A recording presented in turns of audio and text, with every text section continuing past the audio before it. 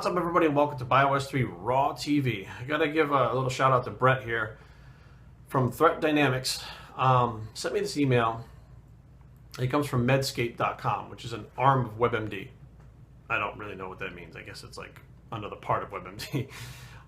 It's basically talking about endurance runners on low carbohydrate diets burn fat. So it's about low carb or ketogenic diets and runners, which I had this discussion with a running coach not that long ago, and he told me that I was completely wrong.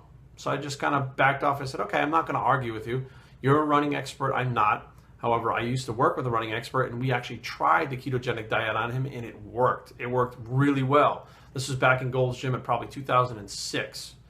2006 we tried this because he was really interested in the ketogenic diet and whether or not he could, do his long distance running, marathons that he would run, and not have to use glucose as a source of fuel. So he would never hit the wall. So what we did was he adapted him to a ketogenic diet, and he tried it, and it fucking worked. So no, I'm not a scientist, but I'm not fucking retarded either. But this is a study done on, the American College of Sports Medicine, 62nd annual meeting, they did this. Researchers compared high-carb diet long-distance runners to keto-adapted runners on low-carb diets, okay, which is what we did in 2006. Maybe I should get a lab coat. I'll just become a scientist. It was learned that the low-carb group suffered no disadvantage because of their diet and burned 1.59 grams of fat per minute. 1.59 grams of fat per minute. That's what they burn in the form of a ketone.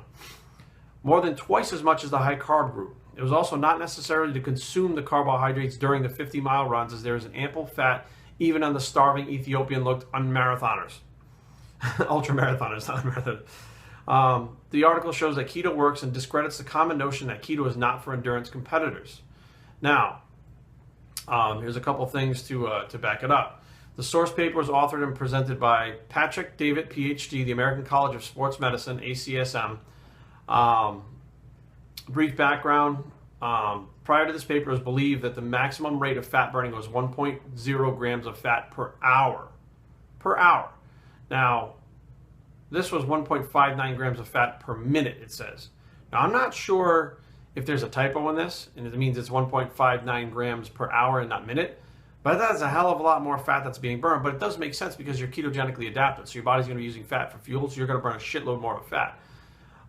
Previous studies employed subjects that were not ketogenically adapted, which means they had people that weren't using ketones, their bodies weren't in ketosis, and they had them fucking go on a high-fat diet and go running. No, you're going to hit a wall. Your body's not adapted. During the exercise, it was recommended that 30 to 60 grams of carbohydrates per hour be consumed to maintain glucose levels. Okay, that was in the Med Science Sports of Exercise 2009. Now, here's the thing.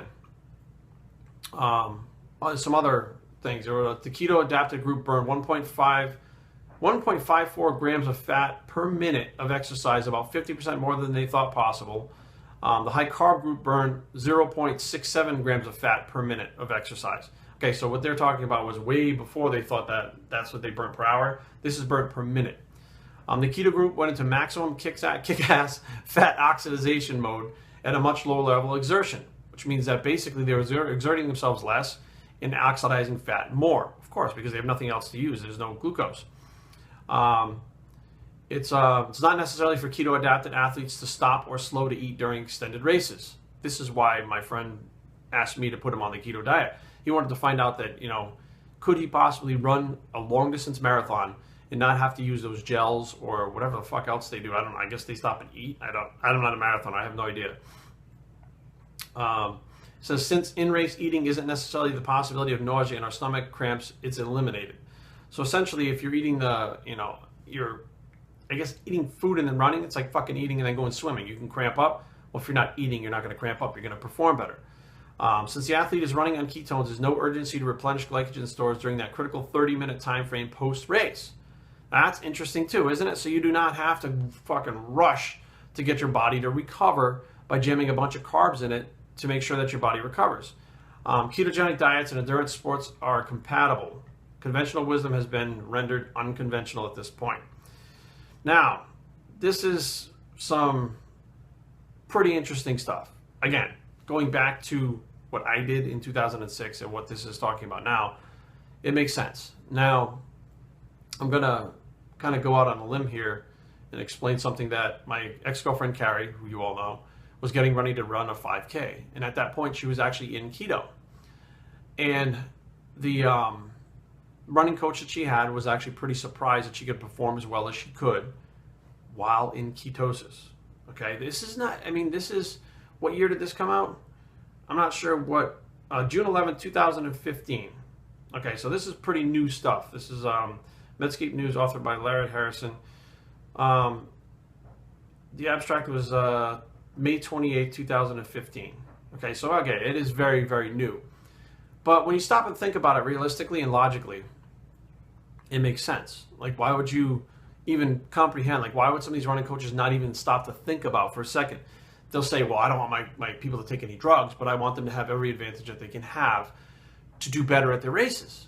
Well, why don't you ever stop and think about there might be diet things other than loading them full of sugars, having them crash, loading them back up again, having them crash, and then trying to load them up with a whole bunch of sugar after the race to get them to perform better.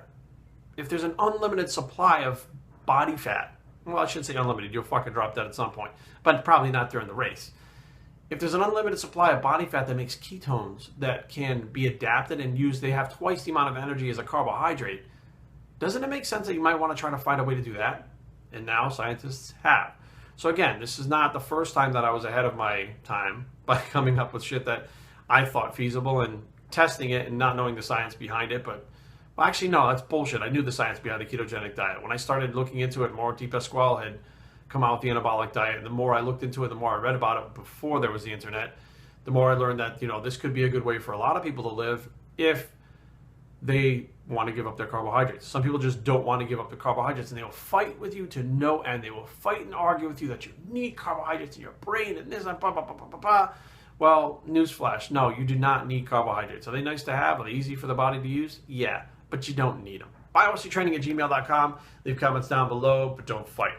www.biosafetraining.com is a blog, and I'm actually in keto right now. This is the Ketogenically Adapted Bicep, and we're out.